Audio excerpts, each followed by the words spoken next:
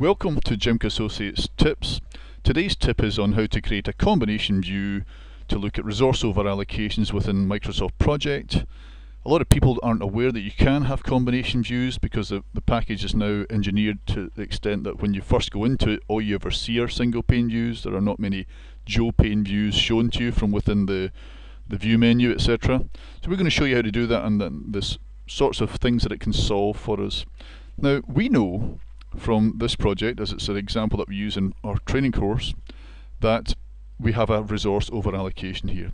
And a resource over allocation occurs when you have too much of the same resource being asked for within the same time frame. Now that could be either on one task or split across many tasks from within the same project or multiple projects linked by a common resource pool.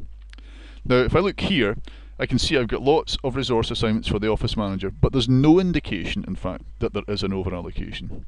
However, if I go off to the resource sheet view, go to the view menu here, and click on resource sheet, we can see from the colour of the text, and this little indicator here in the indicators column, that the resource is in overallocation, and that it needs to be levelled, as it says here, on a day-by-day setting. Now we can talk about how we would do the levelling later on. This is really about just visualising the problem so that you can see what you should be doing about it and start making plans for it.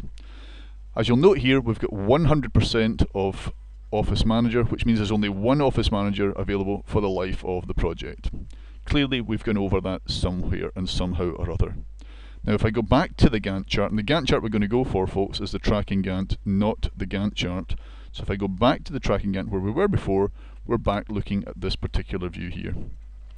So I do know that we've got a resource conflict, and I do know where those resources are, and I do know who it is, but how do I visualize it? Well, what I'm going to do is I'm going to split the screen to do that, and if I go to Window and go to Split, you'll find that I now have two views on screen, one of which is the Gantt chart in the top, or tracking Gantt rather, and we've got a details form in the bottom half. Now you'll notice from the blue band here that the top half of the screen is now active. If I click on the lower half of the screen, the blue band moves to the lower half of the screen, and now it's the lower half of the screen that's active. If I now go and choose another view, it will be swapped for this view here. It will replace this view, and the view I would like to see would be a resource graph. So I'm going to go to the view menu and go to resource graph, and as you can see here, I've got a view that shows me Gantt chart in the top half, and if I click on a task that's actually got a resource on it, I see the graph of the resource in the bottom half. So you can see from this view the size of the problem. In other words, I've actually only got a small conflict.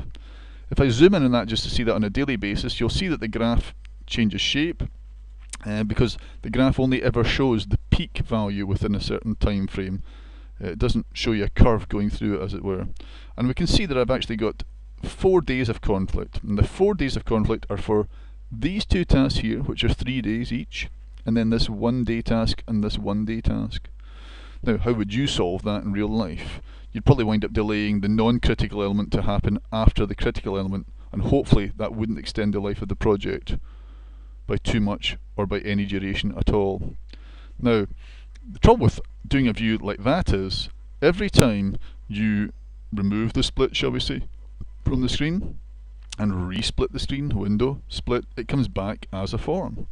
Now it's not difficult to choose the lower half of the screen, but it can get a wee bit time consuming. So why don't we just build a permanent view then for that? And we've already done that, as you will see here. What I'm going to do is I'm going to show you the view first of all. There it is, tracking Gantt with resource graph, bang, straight to it. So we've already set that one up in actual fact. Yeah, if I click on that, there's my graph. So how did I do that? Let me just remove the split. Notice the tip here. If I double click on the horizontal line between the two, it snaps away the lower half of the screen. So now I'm going to show you how to build the combination view. I'm going to click on view. I'm going to go down to more views. I'm going to go to new, and it's going to ask me single or combination view, and I'm going to say combination view and say OK to that. And now it will ask me for a name, and I'll call this tracking Gantt with resource graph, or something that means something to you. And in the top we would choose the tracking Gantt. It's always at the bottom there, unless you've been doing a lot of them. Tracking Gantt, and in the bottom we're going to see resource graph. I'm going to type in R to get down to the R's in the list. I'm going to show it in the menu. I'll probably have to put something on the end of this as I've already given a name elsewhere, so I'll call this Tracking Gantt with Resource Graph.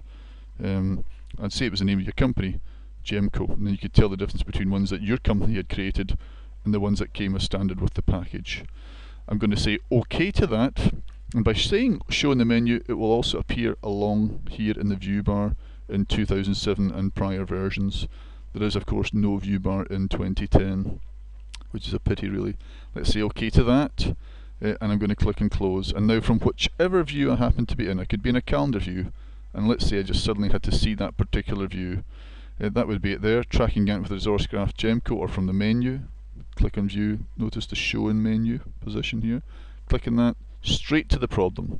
Right, let's find the resources, walk through our resources and have a look for problems. Scroll off to the left here, oh look, there it is there. So as you can see, very powerful to have more than one screen on screen. You can compare information, you can do something about it, and the ability to move around between views within Project is something that you should absolutely aspire to. You cannot do everything from within the one Gantt chart. So, I hope that's been useful to you today. If there is anything else that you need to know, you can contact John Cowie on 0791 787 4739, or go to the website to see the content of all of our courses. We are by far one of the most thorough organisations for training and consulting on MS Project, or indeed any other Microsoft Office tools, and we're more than happy to help you out, to help you get onto the correct course. And don't forget, anyone who's attended our courses gets free telephone support for life on things just like this. Thanks once again for watching, and I look forward to hearing from you. Bye for now.